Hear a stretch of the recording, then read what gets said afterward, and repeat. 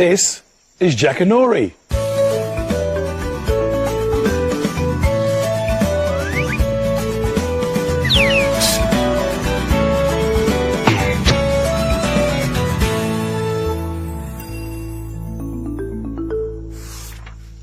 Hello, I'm Lenny. This is a story by one of the world's most famous authors, Roald Dahl. It's about a nasty, enormous crocodile. In the biggest, brownest, muddiest river in Africa, two crocodiles lay with their heads just above the water.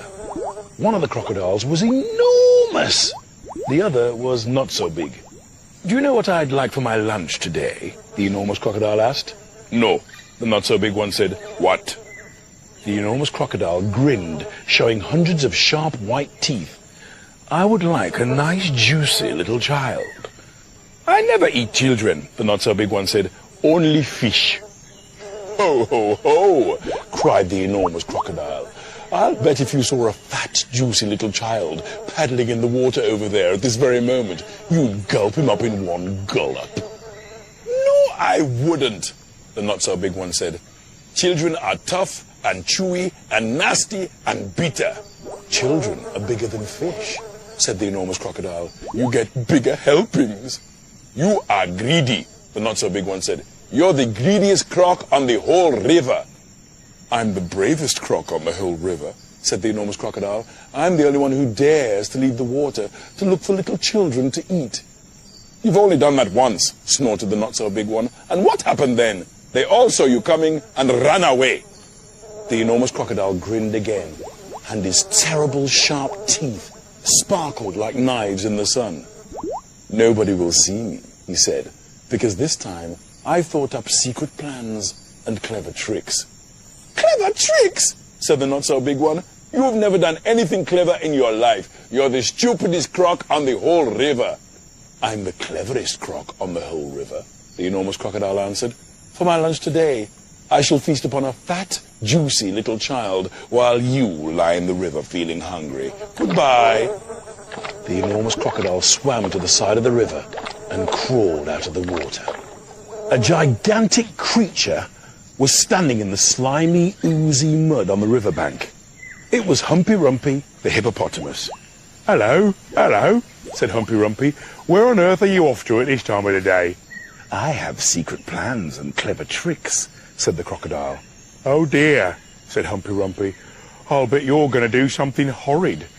The enormous crocodile grinned and said, "I'm going to fill my hungry, empty tummy with something yummy, yummy, yummy, yummy." "What's so yummy?" asked Humpy Rumpy. "It's something that walks on two legs." "You don't mean," said Humpy Rumpy, "you don't really mean you're going to eat a little child?" "Of course I am," said the crocodile. "Oh, you horrid, greedy, grumptious brute," cried Humpy Rumpy. "I hope you get caught and cooked and turned into crocodile soup." The enormous crocodile laughed out loud at Humpy Rumpy. Then he waddled off into the jungle. Inside the jungle, he met Trunky the elephant. Trunky was nibbling leaves from the top of a tall tree, and he didn't notice the crocodile at first, so the crocodile bit him on the leg. "Ow!" said Trunky in his big, deep voice. "Who did that?" "Oh, it's you, is it, you beastly crocodile? Why don't you go back to the big, brown, muddy river where you belong?" "I have secret plans and clever tricks," said the crocodile. "You mean you have nasty plans and nasty tricks?" said Trunky. The enormous crocodile grinned up at Trunky and said, "I'm off to find a yummy child for lunch. Keep listening and you'll hear the bones go crunch." "Oh, you wicked, beastly beast," cried Trunky. "Oh, you foul and filthy fiend. I hope you get squashed and squished and squizzled and boiled up into crocodile stew." The enormous crocodile laughed out loud and disappeared into the thick jungle. A bit further on, he met Mugglewump the monkey. "Hello, Crocky," said the Mugglewump. "What are you up to now?" "I have secret plans and clever tricks," said the crocodile. "Would you like some nuts?" asked the Mugglewump. "I have better things to eat than nuts," sniffed the crocodile. "The sort of things that I'm going to eat have fingers, toenails, arms and legs and feet." Mugglewump went pale. "You aren't really going to gobble up a little child, are you?" he said. Of course I am, said the crocodile, clothes and all. Oh, you horrid, hoggish croc, cried the muggle-wump. I hope the buttons and buckles will stick in your throat and choke you to death. The crocodile grinned. I eat monkeys too. And quick as a flash, with one bite in his huge jaws, he bit through the tree that Muggle-wump was sitting in. But just in time, Muggle-wump jumped into the next tree and swung away through the branches. A bit further on, the enormous crocodile met the roly-poly bird. Hello there, enormous crocodile, said the roly-poly bird. We don't often see you up here in the jungle. Ah, said the crocodile, I have secret plans and clever tricks. I hope it's not something nasty, sang the roly-poly bird. Nasty? Cried the crocodile. Of course it's not nasty. It's delicious. It's luscious, it's super, it's muscious, it's duper, it's better than rotten old fish. You mash it, you munch it, you chew it, you scrunch it. It's lovely to hear it go squish. It must be berries, sang the roly-poly bird. The enormous crocodile laughed so much his teeth rattled together like pennies in a money box. Crocodiles don't eat berries, he said. We eat little boys and girls, and sometimes we eat roly-poly birds as well. Very quickly, the crocodile snapped his jaws at the roly-poly bird. The roly-poly bird gave a shriek of terror and shot straight up in the air. At last, the enormous crocodile came out of the other side of the jungle into the sunshine. He could see the town not far away. Ho, ho, he said, talking aloud to himself. One child isn't going to be nearly enough for me today. I won't be full up until I've eaten at least 3 juicy little children. The enormous crocodile crept over to a place where there were lots of coconut trees. He knew that children from the town often came here looking for coconuts. The enormous crocodile quickly collected all the coconuts that were lying on the ground. He also gathered together several fallen branches. Now for clever trick number 1. He took all the coconut branches and held them between his teeth. He grasped the coconuts in his front paws, then he stood straight up in the air, balancing himself on his tail. He now looked exactly like a small coconut tree. Soon, 2 children came along. The boy was called Toto. His sister was called Mary. They walked around looking for fallen coconuts, but they couldn't find any. Oh, look, cried Toto. That tree over there is much smaller than the others, and it's full of coconuts. I think I could climb that one quite easily if you help me up the first bit. The enormous crocodile peered through the branches, watching them as they came closer and closer. He licked his lips. He began to dribble with excitement. Suddenly there was a tremendous whooshing noise. It was Humpy Rumpy. Look out, Toto, shouted Humpy Rumpy. Look out, Mary. That's not a coconut tree. It's the enormous crocodile, and he wants to eat you up. Humpy Rumpy charged straight at the enormous crocodile. Owie! Cried the crocodile. Help! Stop! Where am I? Toto and Mary ran back to the town as fast as they could. But crocodiles are tough. It's difficult for even a hippopotamus to hurt them. The enormous crocodile picked himself up and crept towards the place where the children's playground was. Now for clever trick number 2, he said to himself. This one is certain to work. The enormous crocodile found a large piece of wood and placed it in the middle of the playground. Then he lay across the piece of wood and tucked in his feet so that it looked exactly like a seesaw. When school was over, the children all came running onto the playground. Oh, look, they cried, we've got a new seesaw. Then one girl said, it's a rather funny, knobbly sort of seesaw, isn't it? Do you think it'll be safe to sit on? Of course it will, the other said. It looks as strong as anything. The enormous crocodile opened one eye just a tiny bit and watched the children.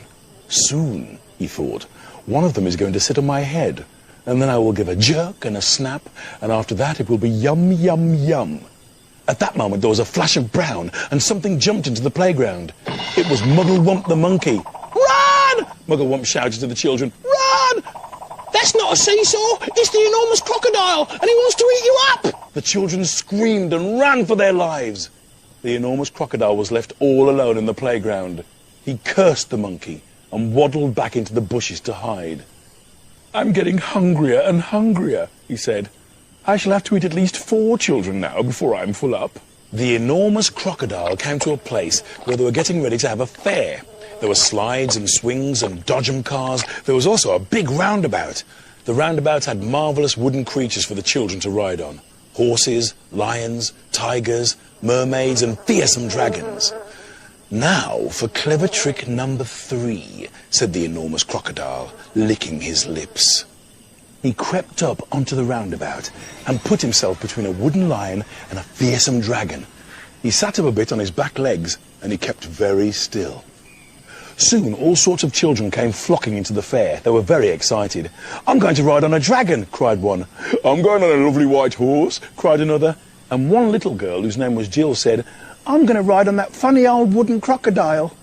The enormous crocodile kept very, very still. "Yummy, yum, yum," he thought.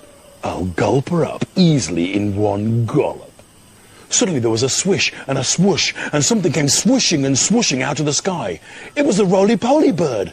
He flew round and round the roundabout, singing, "That's not a wooden crocodile, it's a real one. It's the enormous crocodile from the river, and he wants to eat you up."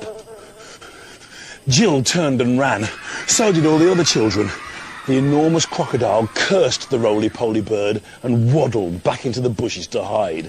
"I'm so hungry now," he said to himself, "I could eat 6 children before I'm full up." Just outside the town, there was a pretty little field called the picnic place. There were several wooden tables and long benches. The enormous crocodile crept over. There was no one in sight. "Now for clever trick number 4, he whispered to himself. He picked a lovely bunch of flowers and arranged it on one of the tables. From the same table, he took away one of the benches.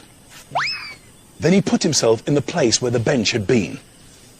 By tucking his head under his chest and by twisting his tail out of sight, he made himself look very much like a wooden bench. Soon, 2 boys and 2 girls came along carrying baskets of food. "Which table shall we sit at?" said one. The enormous crocodile kept as quiet as a mouse. "I shall eat them all," he said to himself. "They will come and sit on my back, and I will swizzle my head around quickly, and after that it'll be squish, crunch, gollop." Suddenly a big deep voice from the jungle shouted, "Stand back, children, stand back." The children stopped and stared. Then, with a crashing of branches, Trunky the elephant came rushing out of the jungle. "That's not a bench," he bellowed. "It's the enormous crocodile, and he wants to eat you all up." Trunky trotted over to the spot where the enormous crocodile was standing, and quick as a flash, wrapped his trunk around the crocodile's tail and hoisted him up into the air. "Hey, let me go!" yelled the enormous crocodile. "Let me go!" "No," said Trunky, "I will not let you go. We've all had quite enough of your clever little tricks." Trunky began to swing the crocodile round and round in the air. Faster and faster still. Suddenly, Trunky let go of the crocodile's tail, and the crocodile went shooting high up into the sky like a huge green rocket.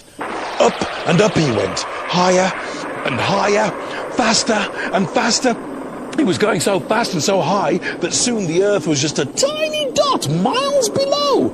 He whizzed on and on. He whizzed far into space. He whizzed past the moon. He whizzed past stars and planets until at last, with the most tremendous bang, the enormous crocodile crashed headfirst into the hot, hot sun. And he was sizzled up like a sausage. And that was the end of the enormous crocodile. Bye for now.